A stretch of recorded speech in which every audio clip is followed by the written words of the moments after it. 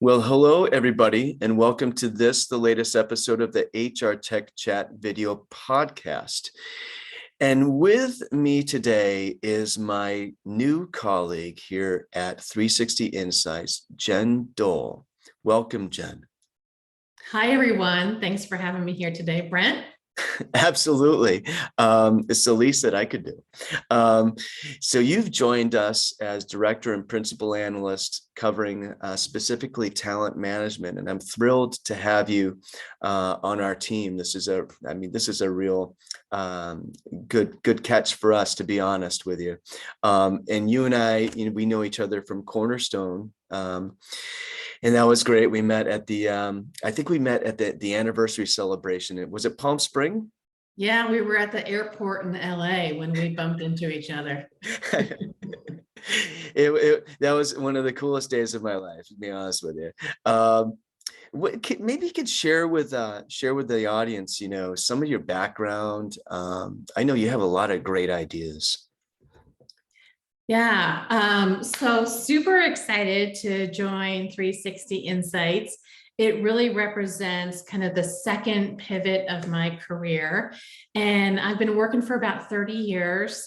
The first third was in talent management as a practitioner here in the Boston area, working for Fortune 500s like Liberty Mutual and BJ's Wholesale Club. And my job changed using technology. I went from being an administrator to being a strategic advisor because I wasn't focused on collecting data anymore. The technology was doing that.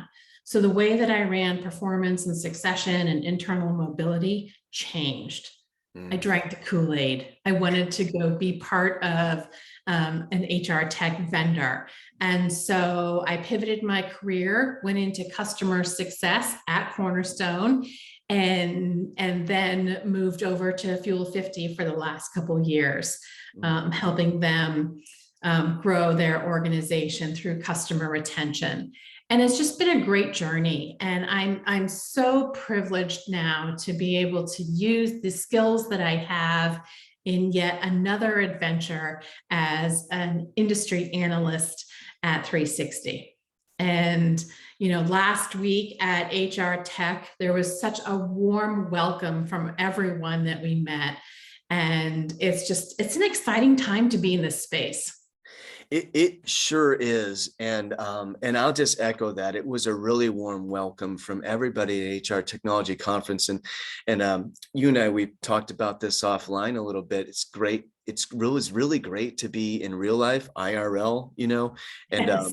face to face, F2F. I think I had IRL and F2F in the same sentence in a couple of emails recently with some of the folks that we work with, and I wanted just go back. I know that we have some things that, so you and I, we've talked about this, and we have some things we want to share with the audience in terms of our takeaways and what was our reaction in terms of HR Technology Conference, because there was a lot going on. We got a chance to walk the expo floor, a few things swat away, a few flies. Maybe we'll get that story and somehow. No flies today. No flies. No, that's right. Well, it's funny in my basement office. It's a finished basement, but in sometimes there are quite a few flies, and I do spend the first 15 minutes killing them. But maybe TMI for our audience.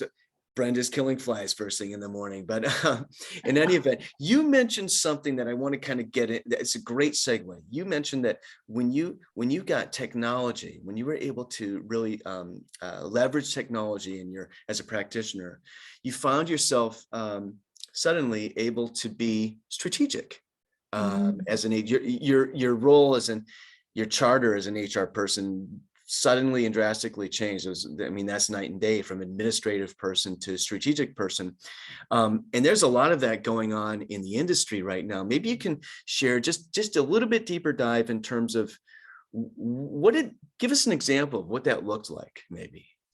Yeah, so I was responsible for succession planning, and it would take weeks to send out an Excel spreadsheet to meet with the business leaders, to collect the information in a format that we needed and make sure that it was complete before we did our analysis. It was weeks and it was painful and nobody wanted to spend time doing it, but it was mandated. And when we brought in technology and we used it to collect the data and bring some insights, my conversations changed with the business leaders. It went from fill out this form to let's have a conversation around these high potentials and what types of experiences that they need to be able to continue to grow in their career and contribute to our organization. It was night and day. That's a really good example. One thing that stuck out to me is, it was almost, and I think about, design, functionality design for some of these solutions, right? Hey, fill out this form. I mean, you're hobbled right from the get-go when you're entering a conversation with a business leader with that question, right? As opposed to, getting that out of the way and getting into those deeper conversations. That to me, that said it all in what you described right there. That's my. Yeah. I mean, going to business leaders with insights about their business that are data driven. I was really lucky to do that 20 years ago. Yeah, I know. I'm thinking about, how far we've come in terms of technology and sort of the conversation, the attitudes around what HR should be. And I guess this really is a good segue. We have a little game that we want to play here. And so let's dive right into it. What are some of the words and phrases that we heard a lot last week at HR Technology Conference? Because it's definitely different than before. But what are some of the words we heard a lot and phrases? I mean, more than once or twice in every conversation was the word intelligence. Yeah. And it's kind of, that's a word that a lot of the AI based vendors have sort of they've taken to describe what they do, and I think it's a really good explanation, and it's certainly a little bit more descriptive and readily accessible to folks than the actual term AI, which we also heard a lot last week. Yes, we did hear that a lot. Yep. I package that with data, right? And these data-driven decisions. Data, going back to your examples, and even from 20 years ago, having data at your disposal is really transformative for the HR role.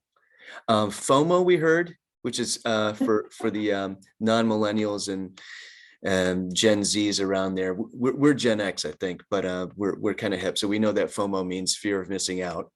That's one we heard a lot of. Yeah, and I think that was really in kind of describing the buyer, right? So much of the HR technology has been for the early adopters, some of these really innovative ideas. And now they're talking about how it's changed to the customer having a fear of missing out in getting this technology and this process and this innovation into their workplace. Yeah, there's sort of if you think about it, there's this sort of it's this overarching just feeling that we're stepping into the future of work every day now, and there's this whole entire cornucopia of possibilities out there, and yeah, nobody wants to miss out on that, and it's certainly a compelling argument to get your administrative sort of old style HR stuff under control so you can be strategic. Yep. Another thing I heard from a lot of people was that the vendors are eating their own dog food, drinking their own champagne, eating their own chocolate, however they chose to describe it. But they're learning a lot by using the technology within their organizations. So they're both the provider and the customer.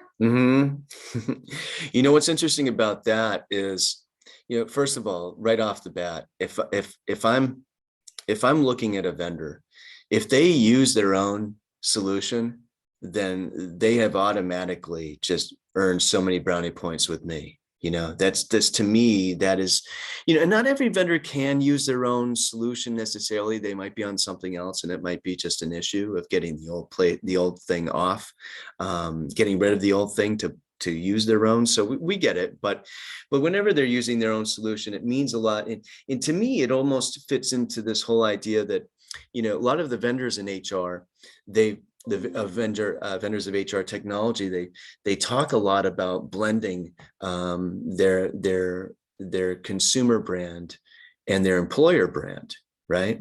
We had a conversation recently with one of the players in this space.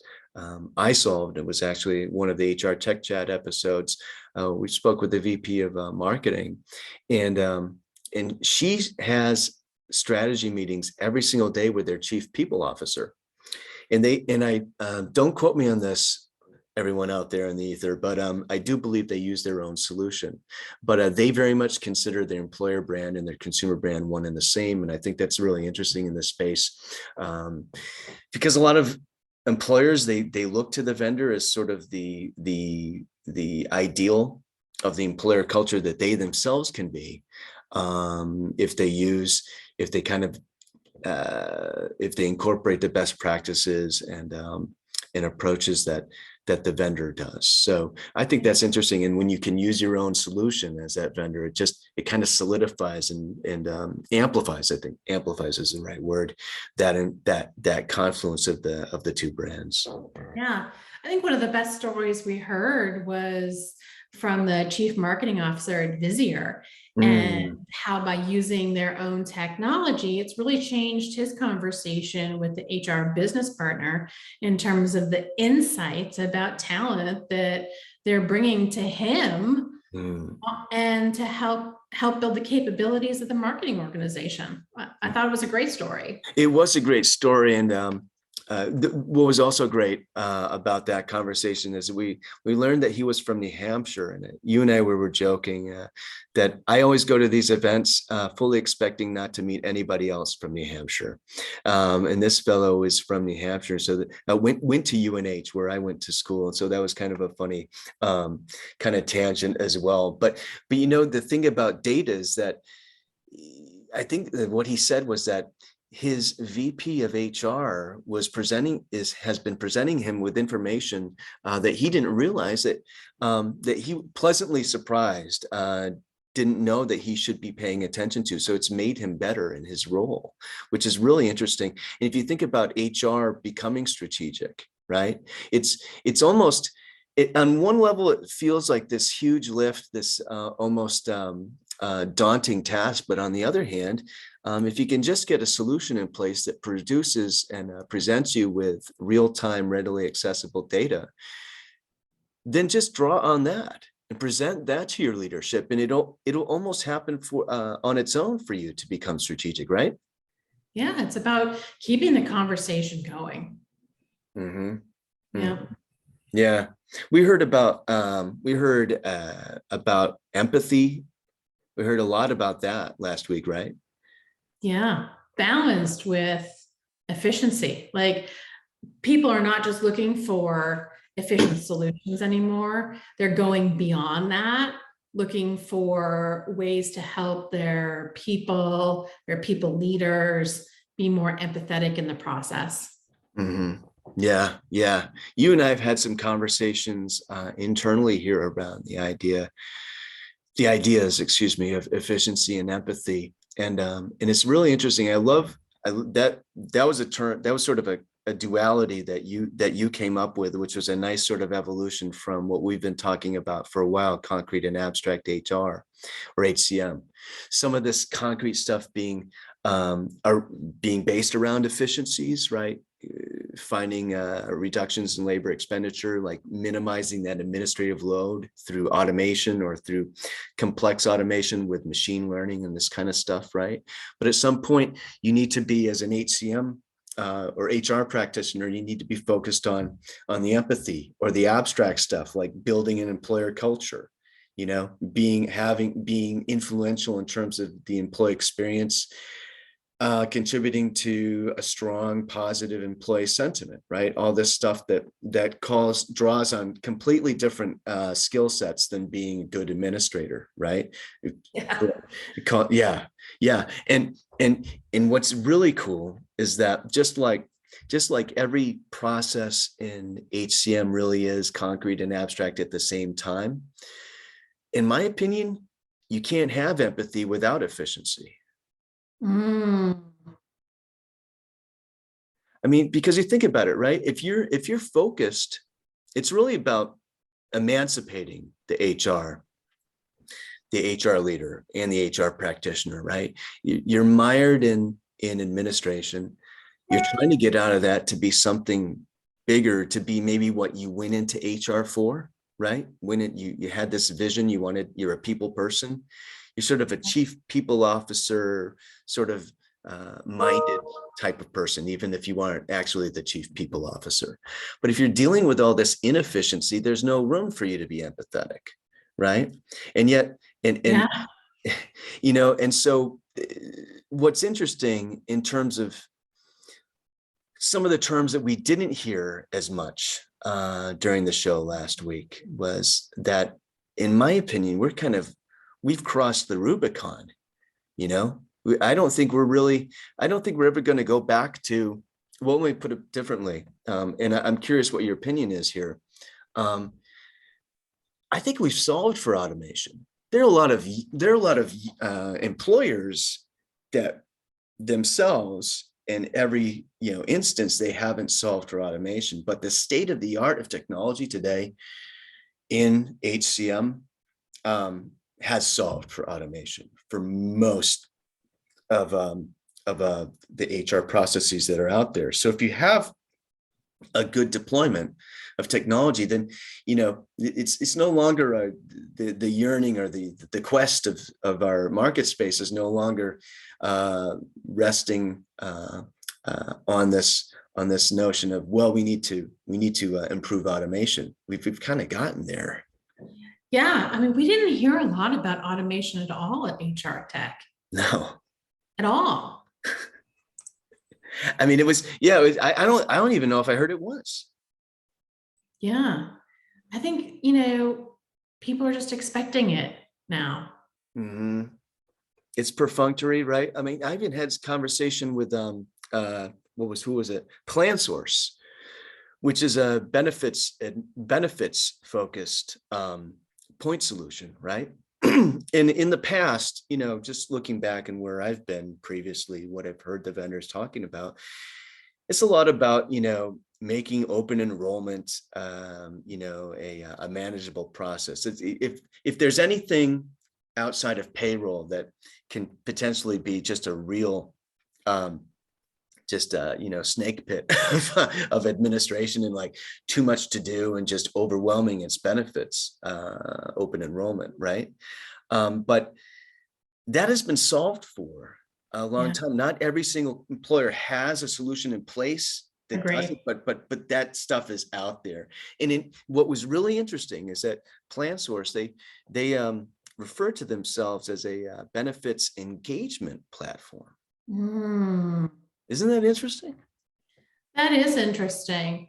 And it makes me think about the shift now for moving away from just an automation focus and going to this efficiency and empathy. It's really about how people and technology work together to deliver on the outcomes. It's not about replacing people anymore. You agree? I totally agree. And in fact, I was speaking with another benefits related platform yesterday. I might be mispronouncing their name, Naya, but they talked about this idea that technology is not replacing people. It's if anything, it's just this is not the the sexiest word, but I call it prosthetics, right? For people, it kind of helps extend our capability to be more human. Yes. Yeah. Because you think about AI in the space, right? That's kind of I don't remember where I heard this. I wish I could remember it, but I don't remember the percentage either. So this stat I'm about to share is going to be watered down a bit, but I think it has some impact anyway. This idea that HR folks, if you'd asked them, say 10 years ago, if they were afraid of AI possibly replacing them, there was sort of just an amorphous kind of, fear of it, right? And they said, yeah, well, I'm worried about AI replacing people. You got the, Skynet and, Terminator and all that kind of stuff, right? But more, I know, I had to work Skynet into this, but but more recently, it's almost like they want AI. Yeah, I'm looking forward to AI making my job easier. Yeah, I think it circles back to that whole idea of intelligence was such a key theme this past week. And you think about, and that reminds me, intelligence, that's one of the things. A lot of the AI players, they're referring to themselves as an intelligence platform, providing intelligence, this sort of thing. And, just from my perch, I would first of all, I would say intelligence is great messaging. I love that. It's getting away from artificial intelligence, because artificial intelligence, it has a buzz that's great, but also can be detrimental. It can be sort of take away from your messaging, right? So AI is sort of the overarching messaging, right? That the entire industry can kind of get under that air cover, right? But talking about as intelligence kind of translates the conversation to something else, which is a much more as much more colorful, I think, which is great.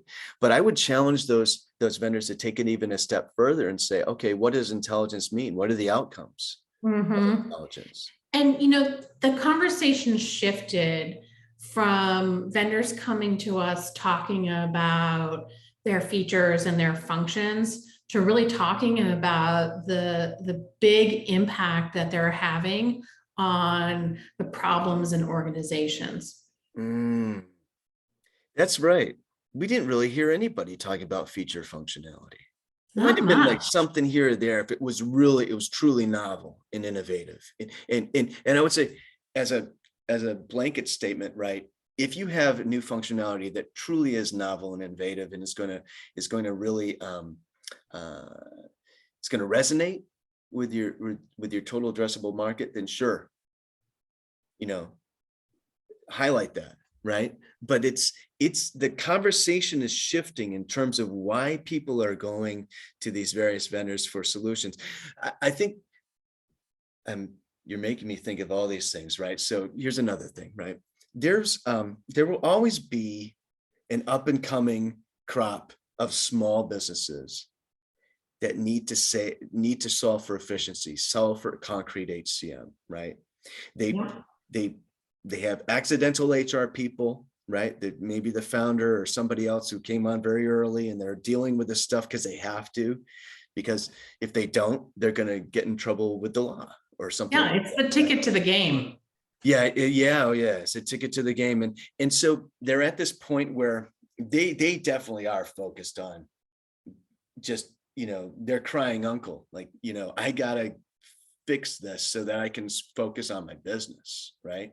And so it's almost, so you see this duality where they see HR as the efficiency thing, and they see the business as, all the innovation and all of that.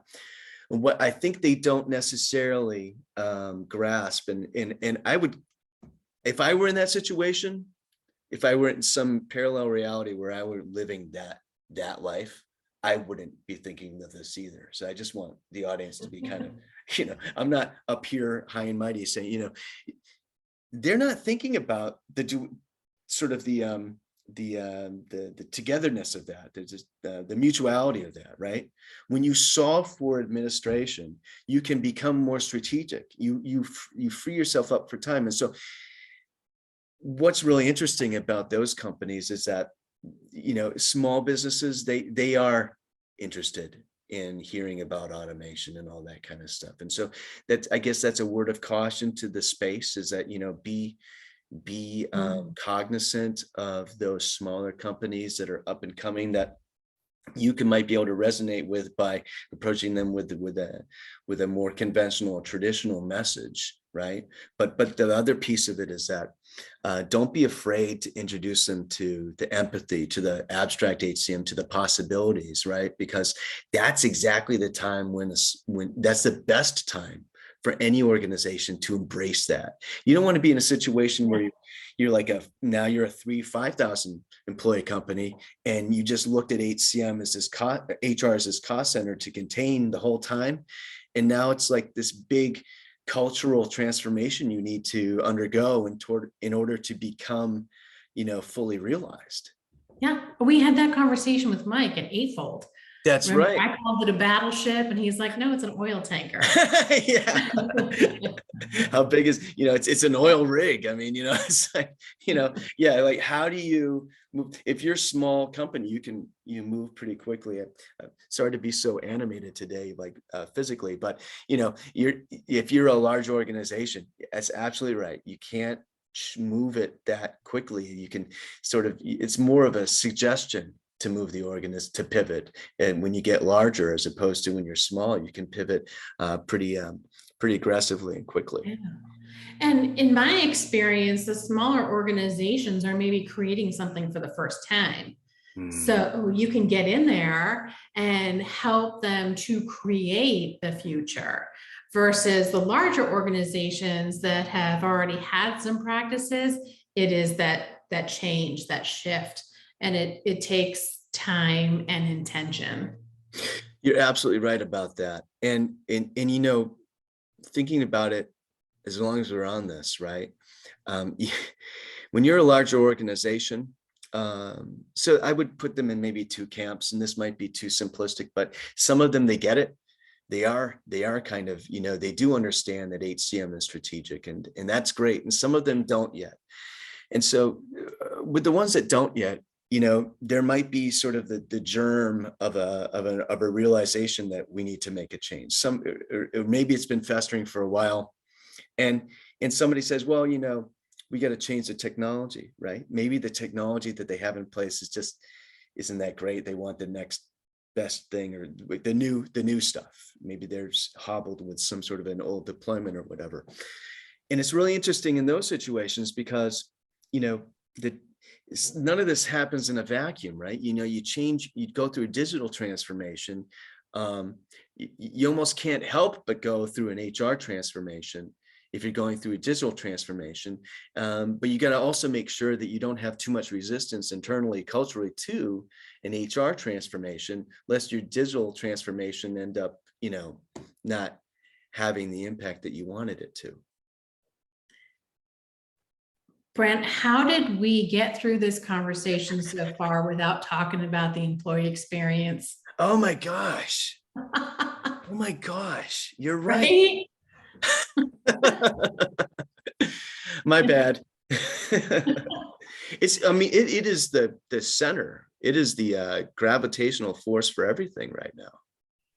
It sure is. And, I think everyone is looking for that human-centric design of process for the employee experience.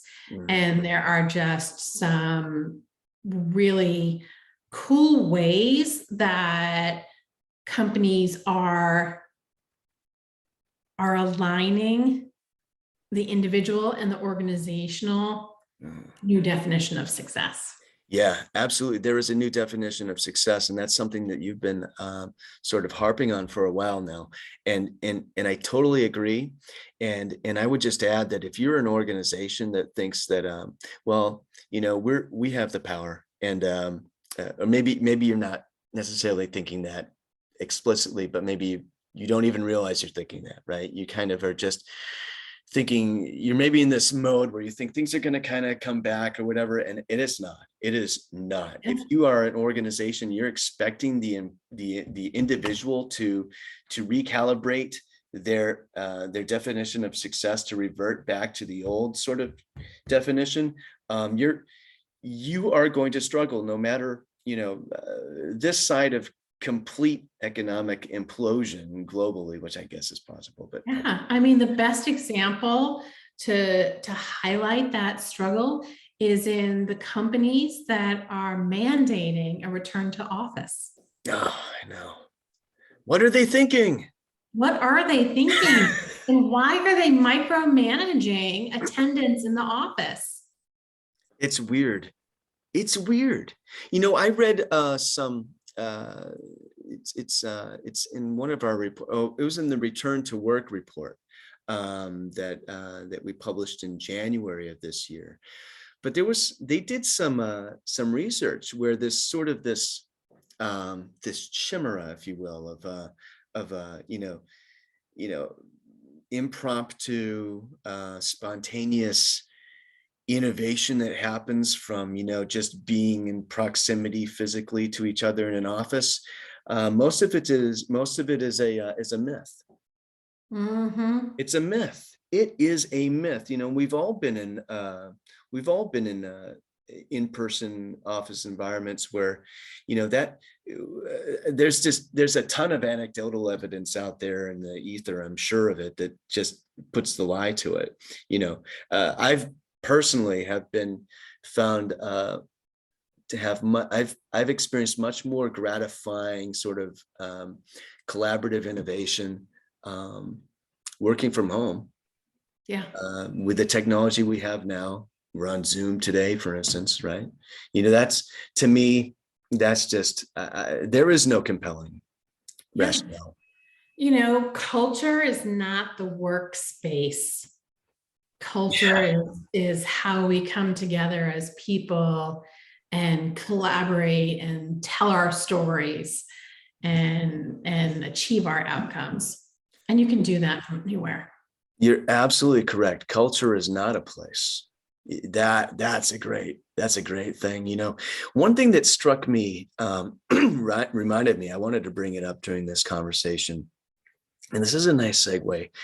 It seems like, collectively, that's always a wishy-washy term, and I'm sorry I used it, but collectively, it feels like the industry, and maybe just in general, the business, the business, the world of business. We've reached this point where everybody kind of realizes at a weird, deeper level now what was always true, and that is organizations are people too, right? Yes. I like to call it like the sentient organization. Like, we've reached that point where we realize, oh, wait a minute, the business is not, maybe is a better way of putting it, businesses are people too. The business is not just a bunch of numbers on the GL, right? Or, the next quarter's profits or revenue targets or whatever. Those are all important, but literally everything. There's not one single thing that does not go back to people, right? And we finally reached that point where we're looking at ourselves as businesses as comprising people. We wouldn't have a business. No matter what business you are, you wouldn't have one without your people. Yeah. And We're back talking to about that people. word experience, it's about creating experiences for people to be successful. That's to right. achieve their idea of success, along with the organization achieving their idea of success.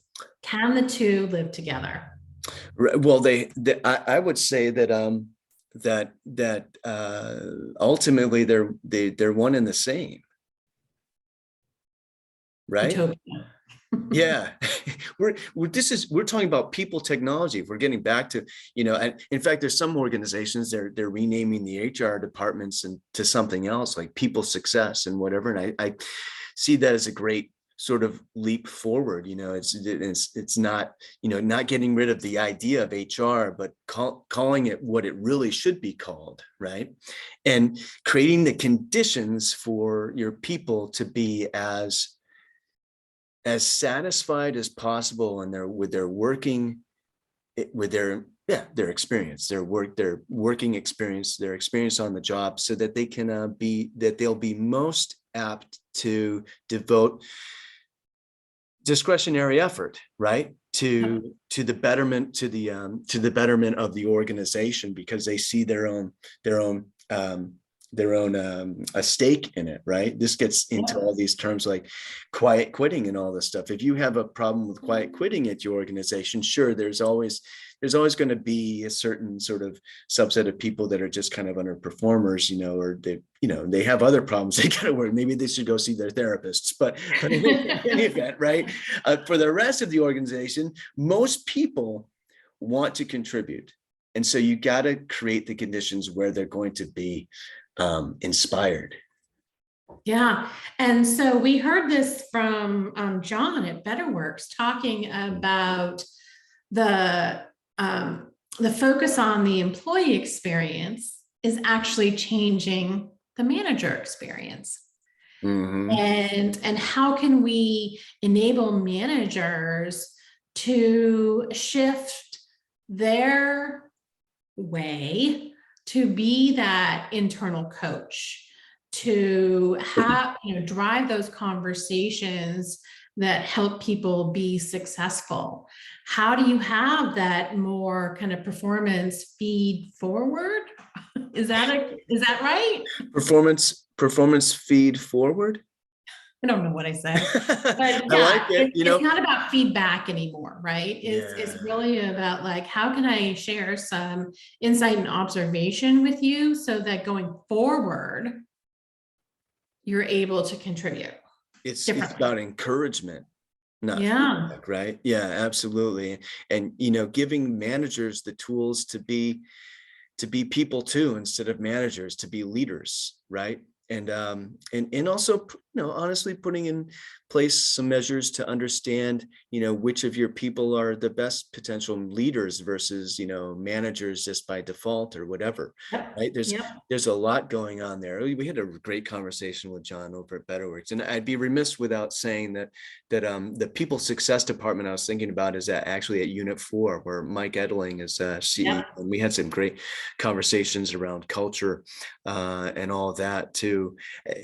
That employee experience is just it's absolutely central. It's the people experience. If your people experience is inside your organization is if it's struggling, then you're going to be struggling as an organization. And I'm looking at the time here, but I just want to say that I wonder if it even should be called employee experience anymore. Maybe it's something else. Maybe it's employee. Well, there's a narrow definition of something called well-being, and there are vendors that address employee well-being, and that's a great definition. But I wonder if the entire employee experience is really about employee well-being.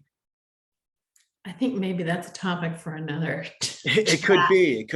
Maybe that's our next. And by the way, we want everybody to know here that we're going to be doing conversations like this, Jen and I, on a regular basis. And so if anyone has suggestions, feel free to ping the organization. But in the meantime, maybe that is the next topic. What's the next term for employee experience? Because maybe we're ready. Yes. Maybe we're ready for that. Brent, this has been a lot of fun. Again, I'm just so excited to be part of 3Sixty Insights and, storytelling around how customers are achieving success with these innovations in technology. It's a really cool place to be. Well, thank you. It's exciting, and we're so pleased to have you with us. And we can't wait to do all this and just expand and talk to as many users as possible and learn what they're experiencing and tell their stories. Yeah, let's get started. All right. Have a good day, Jen. Thanks, you too.